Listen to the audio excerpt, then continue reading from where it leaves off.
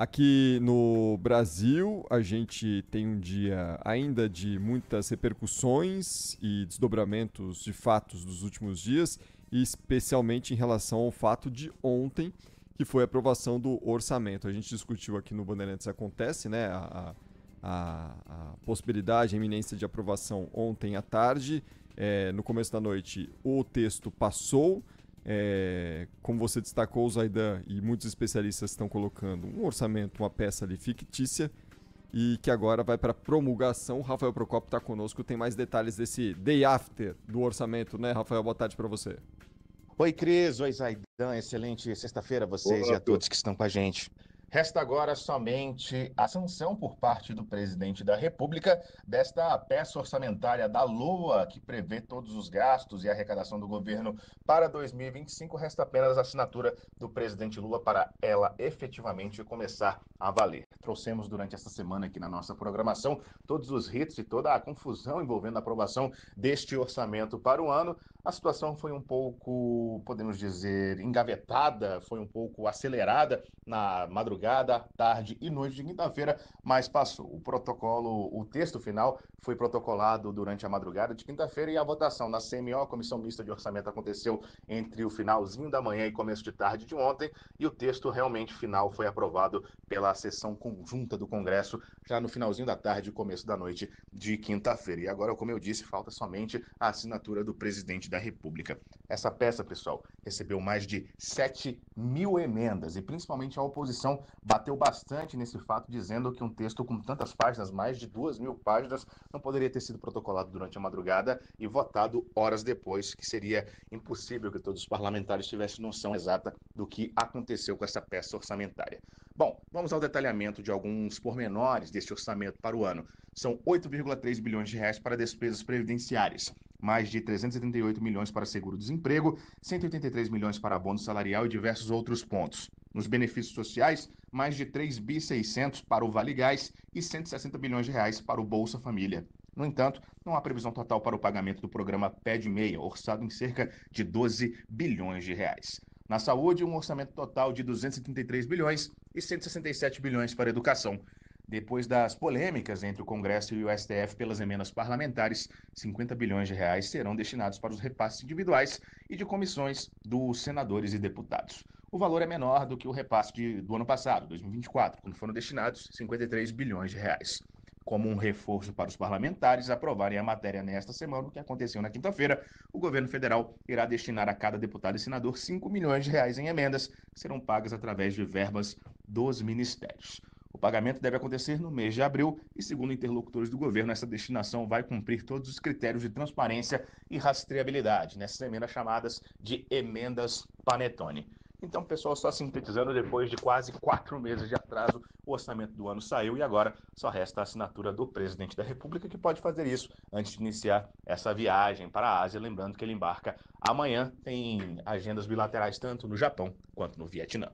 Boa. Obrigado, Rafael Procopio, conosco direto de Brasília. E Zaidan, ontem, enquanto a gente discutia a questão do orçamento por aqui, um ouvinte mandou uma mensagem para falar dos precatórios, né? Porque o orçamento ele projeta um superávit de 15 bilhões de reais, justamente naquele trabalho do governo, pelo menos naquela, como se brinca, na tortura dos números para gerar um equilíbrio fiscal, como o governo tem sido cobrado e tem prometido também algo nesse sentido, mas ficaram de fora aí de projeções de pagamentos 44 bilhões de reais em precatórios, ou seja, aquelas pessoas que têm dívidas a receber do governo federal, uma boa parcela aí vai ficar esperando um pouquinho mais porque o dinheiro não vai chegar ao longo desse ano corrente de 2025, viu, Zé?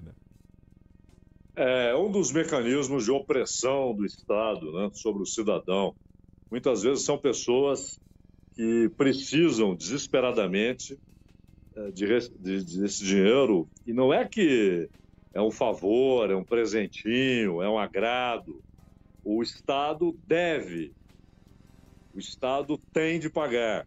Só que, ao contrário de todos os outros devedores, ele escolhe quando pagar.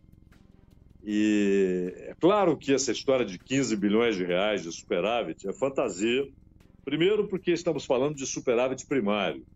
E quando entra em campo o déficit nominal, esse superávit primário desaparece em segundos. 4 bilhões não estão computados, que serão liberados para emendas que não foram pagas de 20 a 22, que ficaram penduradas e agora serão liberadas. E, por outro lado, os caras estão reclamando que não tiveram tempo de ler e tal. Ora, que tenham vergonha pelo que fizeram, o parlamento inteiro, porque eles não poderiam ter entrado em recesso antes da votação do orçamento. Esse orçamento tinha de ser votado no início de dezembro. Nós já estamos indo para abril. E só agora, e ainda reclamam, não tivemos tempo, deveriam ter se debruçado sobre isso em dezembro e deveriam respeitar a norma de que não se entra em recesso parlamentar sem a aprovação do orçamento. É lamentável, nós estamos já no final de março. E, de resto, quase sempre é uma peça fictícia, é uma peça de ficção, porque não leva em consideração o gasto com as despesas da dívida, o custo da dívida, pagamento de juros. E aí que entra o déficit nominal.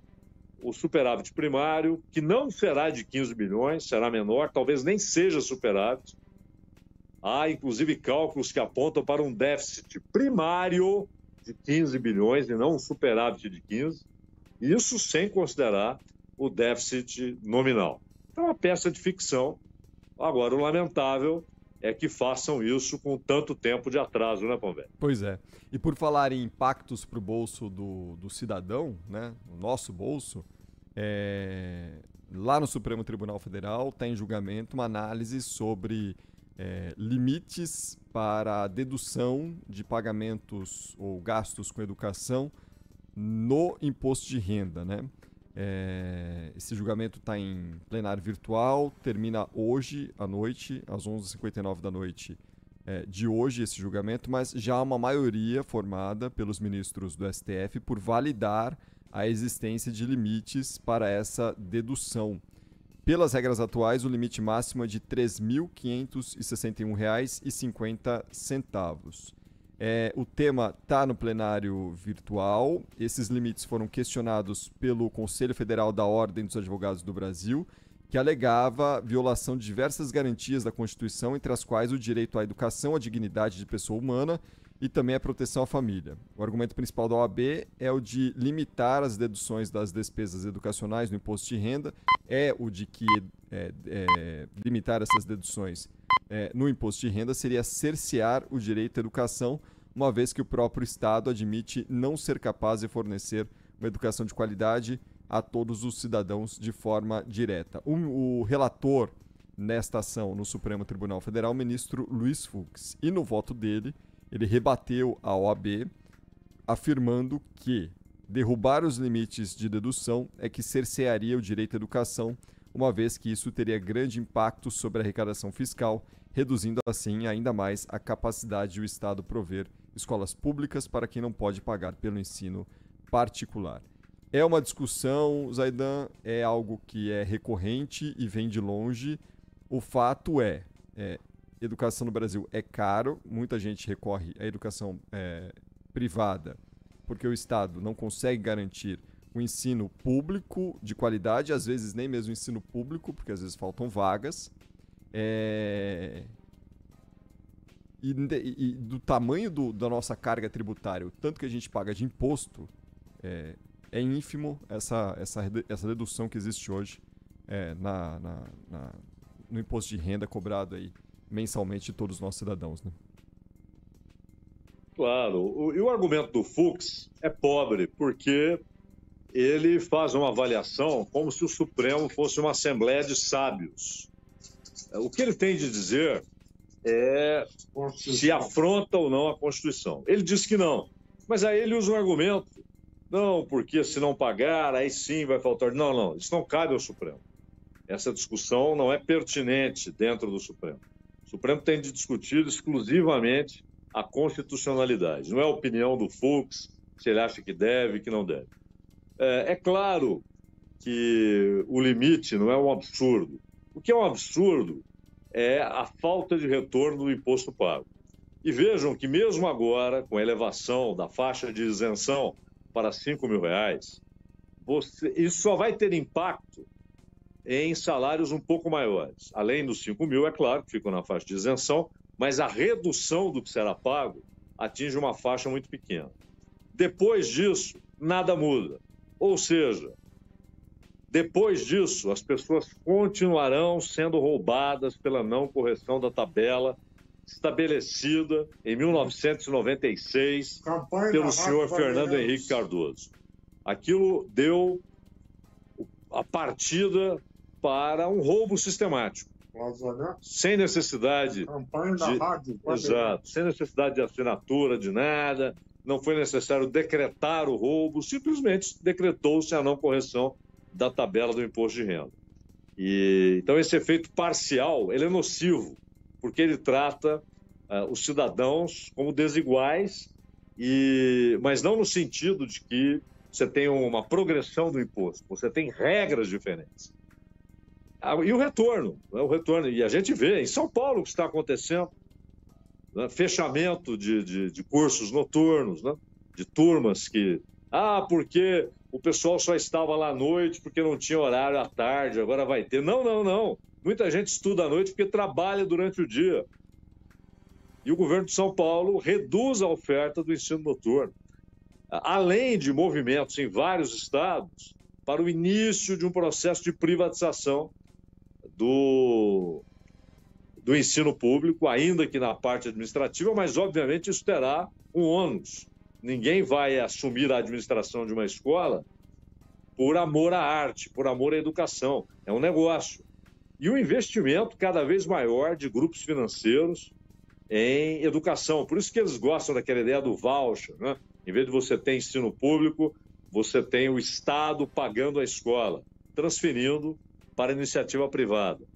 É tudo muito mal feito, tudo muito mal feito. Se você pega o orçamento da educação, que está agora lá no Congresso, que vai para o Lula, 160 bilhões, não é pouco dinheiro. A maneira como isso é usado é que é o problema. Além de governadores que não respeitam nem sequer o piso nacional dos professores. Pagam menos do que está estabelecido no piso nacional.